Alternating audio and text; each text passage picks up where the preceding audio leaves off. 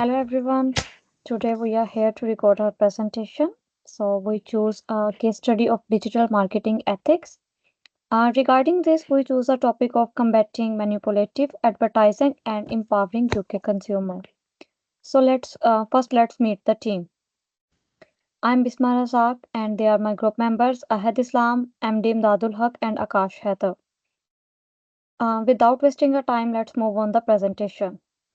So um, our overview of our topic is that is digital marketing a way to inform us or a tool that is used to manipulate us? Actually, in this era, marketing isn't just about your promoting a product, it's more about influencing emotions, using fear to missing something out. It just like a social pressure or urgency to trigger fast, impulsive decision. In the UK alone, even we can see that the adults see up to 400 ads per day across phones, in their apps, different websites, and even now in public spaces. It's not a surprise because of the 63% of UK shoppers say that they felt manipulated by online platform. So further move on the next that why these things is matter, why it's matter. So the marketing has evolved into a powerful force that shapes into behavior, and that's why ethics is more matter. It's more concerned about ethics. In these days, we all know that the different ads are personalized. They are data driven, and some of the designs to emotionally influence us. So we have to ask that when does persuasion becomes crucial? Or who decided that what's ethic or what is ethical? Is it a business or a law or the consumer? Who decided? The emotional tactics often target vulnerable group like young people, or they take the low income consumers who may not realize that they are being influenced. Ethical market should be empower people. I think so. It should be empower people, not exploit them. So now we need check that what's the problem behind this. Originally, marketing informed consumers, and now it's often pressurized them. It often pressures that they take scarcity marketing, those like only three items left in the stock, or like sometime it says that sales ends in 2 hours. They use such kind of these tactics. Even they are not always real, they are designed to create panic or to target customers and drive instant decisions. So, what worse is that much of this that is now automated. Even AI tracks our behaviors and it delivers messages at just the right time to get us to click buy. And in dark patterns, it designs tricks that trick people into sharing their data or subscribing without realizing anything. And we have real ethical issue. Next, we need to see the awareness gap. Here's that is a big challenge. Most people don't realize that how much they are being influenced. We can see that in the UK, nearly 75 of shoppers now buy directly through social media platforms. They uses different apps like Instagram, TikTok, and even yet, few understood how deeply emotions trigger are being used to guide those decisions. I don't think so that education hasn't catch up. Schools might teach about our price comparison or the consumer rights, but they don't cover the dark patterns because it's targeting the behaviors or influence in marketing. And with the 51% of UK consumers, they are buying based on influencer advice. It's clear that trust is being commercialized now. And the result is this like people think they are making enforced choices. When in fact they are being nudged in subtle about powerful ways. I think that the digital marketing isn't going anywhere, but how we engage with it, it can be changed. If we want ethical marketing, we need to more transparency, better education, and even a serious effort to protect consumers, especially the most vulnerable people. At the end of my topic, I said that the ethical marketing should respect consumers, even not manipulate them. So, further, my other member described the presentation. Thank you, Bisma Rajak. Myself, MD Imdadul Haq, and I will continue the context of global comparisons. So let's begin with the big pictures. And the UK is now the third largest advertising market in the world, following by USA and the China. And they are exporting 15.6 billion in advertising in the year 2022, and a 15.5% increase from the year before. That's a major global footprint. But with the influence comes a responsibility to lead ethically. Globally, we have seen a serious ethic concerns, like the misuse of data from 87 million users in political campaigns, or more recently, a major social media company fined 500 millions for illegally transferring users' data outside the European Union.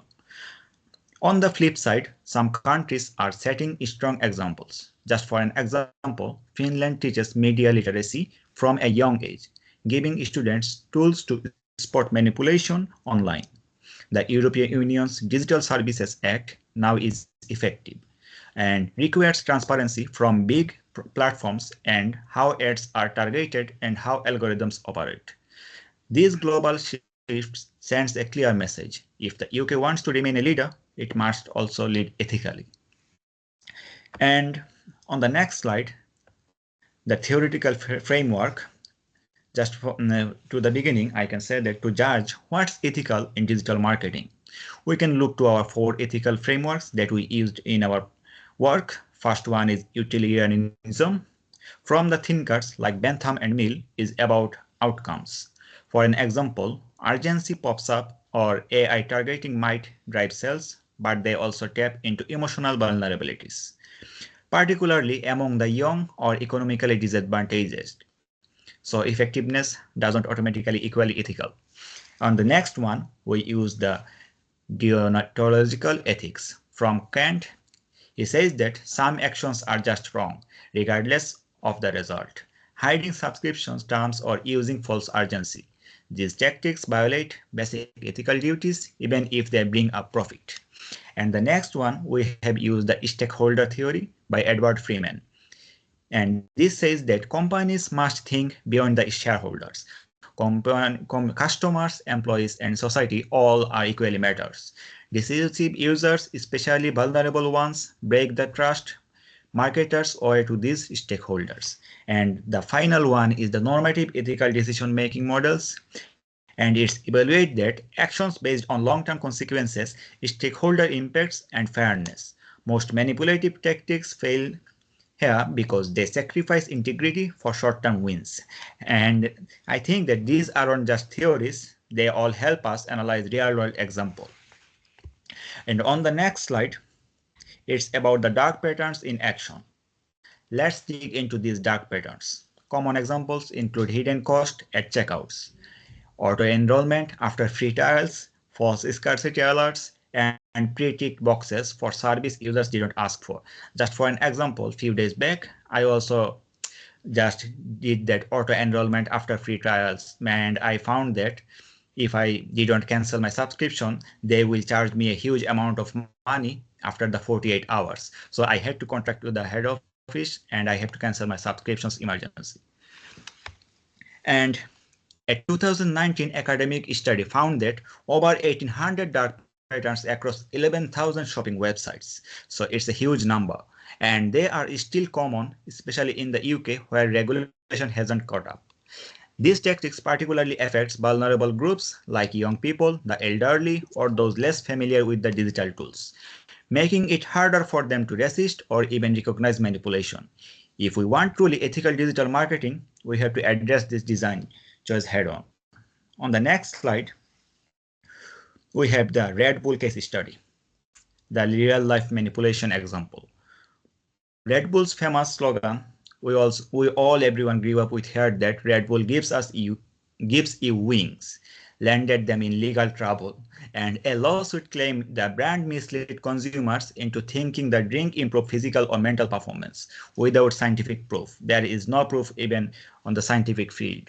While Red Bull denied wrongdoing, they settled the case in 2014 for 13 million, offering compensation on anyone who had bought the product since 2022.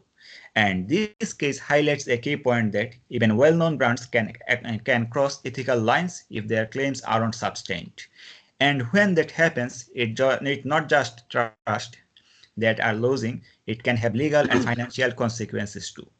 And the conclusion, if I can say that, ethical digital marketing isn't just about what works, it's about what fair, honest, and respectful to users. With its global reach, the UK has real opportunity to lead, not just in innovation, but in setting up new ethical standards for the digital marketing world. And that's it from my side, and I will invite my next colleague, and he will describe the next slides. Thank you, Mr. Imdad. Now I'm going to talk about the data and evidence. So for the data and evidence, before we move into the actual figures, we take a step back. So it helps us to think beyond the options. It shows how digital marketing is actually shaping consumer behavior. For example, imagine scrolling through Instagram and suddenly buying something that you never planned to. So this kind of influence we are talking about. So for the consumer segment and digital ad spend, uh, here we can say like it's quite eye-opening that 2/3 of the UK shoppers say they feel manipulated by the online ads. That means people are noticed how the ads are trying to push their emotional buttons rather than the information. At the same time, brands are spending over 38 billions a year on the strategies. So there's a clearly mismatch between the trust and investment. A good example in those ads say only two left. Even it's not the true thing, it's just the people make the people to buy quickly. So in my next slide, the social trend, commerce trends. Now, if you think about like shopping has changed randomly, we don't need to go to the websites anymore. We just scroll through TikTok or Instagram, Facebook. By the year of 2025, about over 76% of UK shoppers are expected to shop directly from social media. So one relatable example, like a Gen Z shopper sees his favorite influencer using a skincare product and he buys the product instantly. That shows how powerful the subtitle this kind of marketing can be.